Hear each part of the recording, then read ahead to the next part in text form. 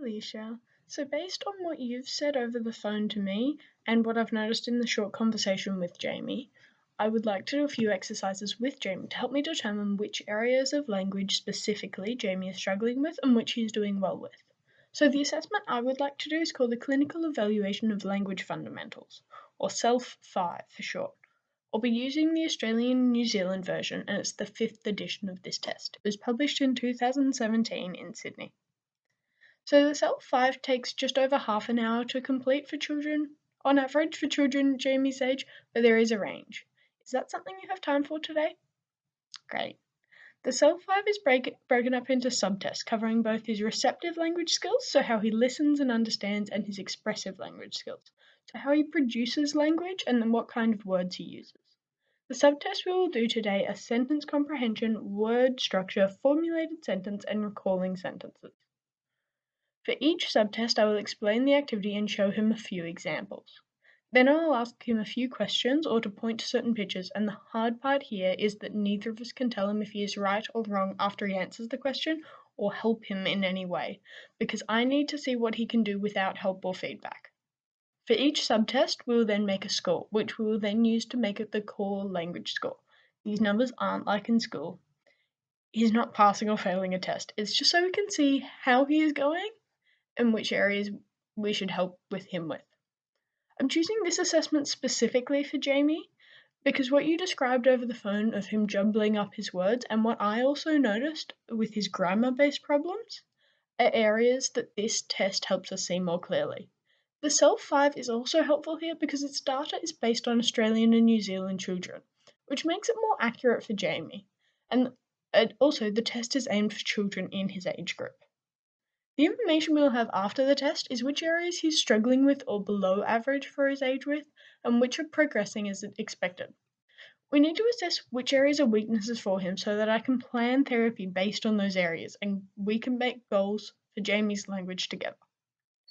Also, because this assessment gives us a score, it gives us a baseline for his current ability, which means we can perform it again after some speech therapy and see how he has developed. Do you have any questions? Are you happy for me to do this assessment for Jamie today? Great. We can get started on that straight away, and I'll be able to give you some more information after we have a better idea of Jamie's abilities that I can tell you today and the full results in our next session.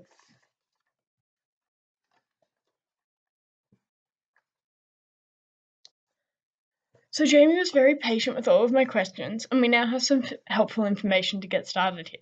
As you saw, Jamie did a lot of exercises there, but we bring all of that information together into a few general scores. I did that by getting his raw score, which is the number of correct responses from Jamie, and then comparing those numbers to the norms for children Jamie's age. Jamie has a Core Language Index Standard Score, or CLS, of 66. A standard score is an individual test score expressed as the deviation from the mean score of the group in units of standard deviation. In order to understand that number, we need to understand how it compares to other children Jamie's age. The mean score for that measure is 100. The mean score is referring to the average score the children received, and is calculated by adding all of the results together from all of the children and dividing it by the number of children who were assessed. However, of course, there is variation from that exact average, and that's where we start to look at how they are distributed or spread out. The CLS results have a normal distribution.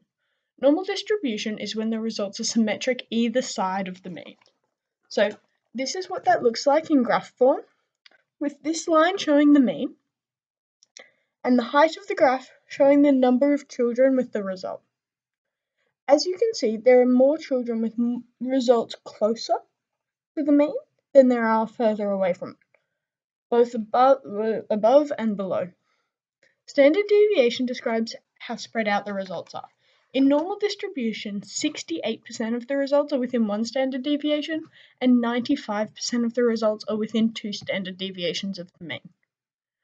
The Core Language Index score has a standard deviation of 15, which means Jamie's over two standard deviations from the mean. This means James fits into the class of very low range language use. From the assessment we did, we also have Jamie's percentile rank. Jamie has a percentile rank of 1, which means he's at the lower end of the spectrum of results his age. Percentile rank is another way of describing how an individual's results compare to the group. It refers to the percentage of results that is the same as or better than. So for Jamie, he is showing the same result or better than 1% of his peers. I realize this is an overwhelming information I've given you today, so I'm going to send you home with some printouts that should help explain what I've gone through today, and you can have another look at it when you come home. Do you have any questions for me? Of course, you can come back next time with some more that you figured out. Thank you, Alicia. Bye.